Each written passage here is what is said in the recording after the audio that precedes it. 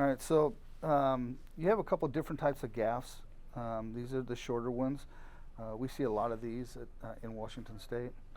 And then if you go over here, you'll see another type of gaff, and here another type of gaff. And they're very sharp. I actually cut myself this morning on one. And then they can get, like I said, they put a lot of money into this, and they can get very colorful. So they want to protect it because they sharpen them and they're very, very sharp. And these will get attached to the left leg of the rooster. It almost looks like it's made in a factory. It is. Really? Huh. I mean, is that part of the problem? Is that these things are just being willingly sold out there?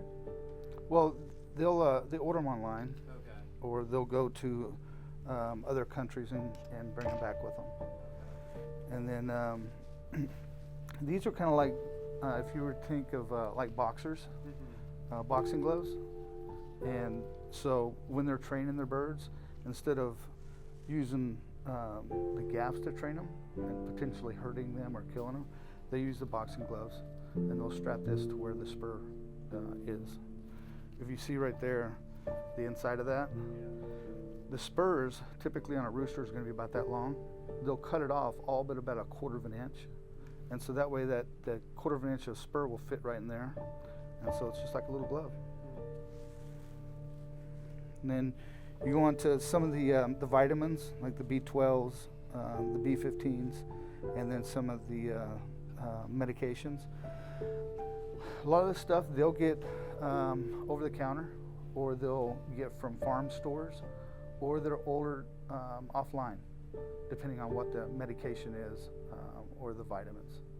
It's all just like, I mean, like you said, there's professional operations out there, but this almost seems like vet level stuff. Well, interesting you say that, because these people don't go to vets. They can't, because vets have an obligation to report it if an animal comes in and it's been abused. And so through the process of raising the birds and training them, they're cutting off the comb and the wattle, and I've seen it where they just use a razor, like an X-Acto, or scissors, and just cut it off, and then they'll use a substance to stop the bleeding. I can only imagine that hurts. I mean, I've never been a rooster, but be like cutting our ear off, And so,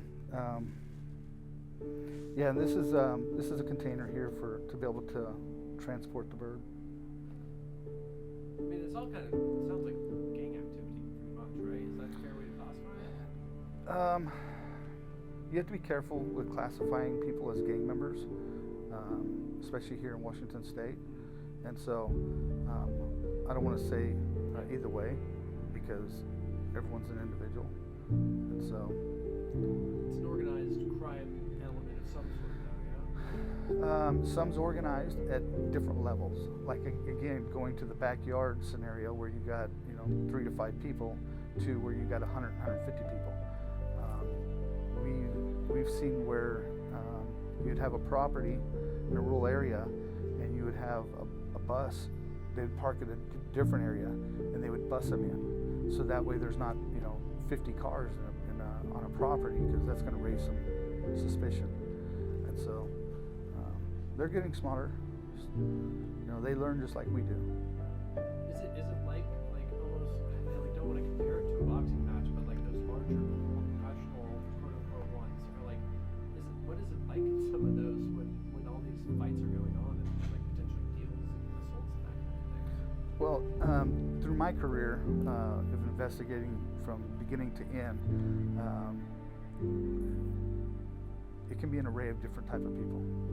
And so there's some that, depending on where you're at, where you can come in with a friend that knows the promoter or the property owner. Typically, a lot of these people know each other. And so we've gone in there undercover with confidential informants. A lot of times you can't get in there unless you know somebody.